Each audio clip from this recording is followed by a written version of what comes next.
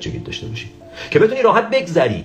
بچه‌ها رو نگاه کن، اگه عصبانیه زمین و زمان رو میذاره رو سرش و 10 دقیقه بعد که عصبانیتش برطرف بشه تموم شد، داره میخنده. به خدا بذار حالا خیلی دوستانه دیگه، من امروز صبح با خواهرم صحبت می‌کردم.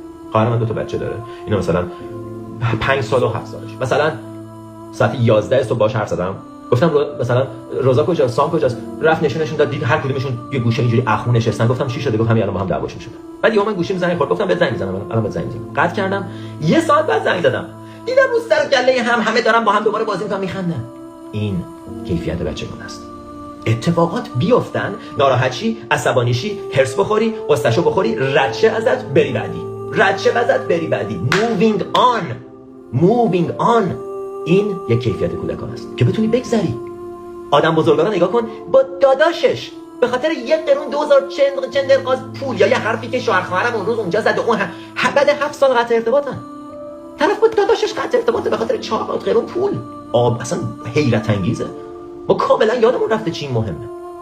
بی اهمیت ترین چیزها برامون مهمن، مهمترین چیزها رو کاملا غفلت میکنیم. اصلا یعنی چی؟ مگه میشه همچین چیزی؟ چرا انقدر برات مهمه؟ چرا نمیتونی بگذری؟ چون بچت زنده نیست، چون کودک درونت مرده. نمرده. همیشه اینو بدون، کودک درونت تا تو زندگی کودک ای کاش، ببخشید اینجوری خیلی غمگینه، ای کاش میمرد، نمیمیره، تا آخر عمر عذاب برات ایجاد میکنه. ای کاش تموم شده بود، ای کاش در اتاق قفل بود، بچه همون تو، منم که خبر ندارم، کسی هم که نمیدونه، تموم شد. نه تا آخر عمر برات عذاب ایجاد میکنه، نمیذاره آب خوش از گلوت پایین بره. نه چون بچه بدیه، چون تو عذابه، چون زخمیه، چون حالش خوب نیست. حالتو خوب کن، به کودک درونت برس. ما تو دوره سلف لاو 1 روز کامل 3 ساعت برث ورک، مدیتیشن، آموزش، تکنیک برای اینکه کودک درونت رو خوب کنی. سلف لاو احتیاج به کودک درون داره. حالا نگاه ببین چه جوری هم رفت پیدا می‌کنه.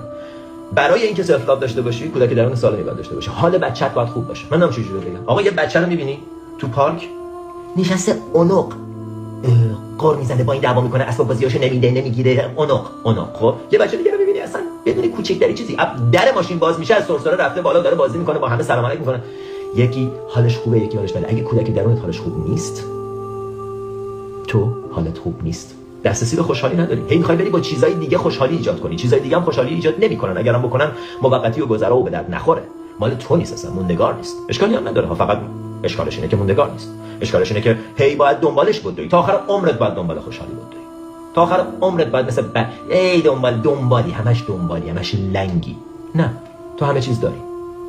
تو همه چیز داری عزیز دارم. تو نازنین عالمی، تو دسترسی به تمام خوشی، دسترسی به تمام شوق، دسترسی به تمام برکت، سعادت، عشق داری. دسترسی داری. آیا استفاده میکنی از این دسترسی یا نه؟ یه بحث دیگه است.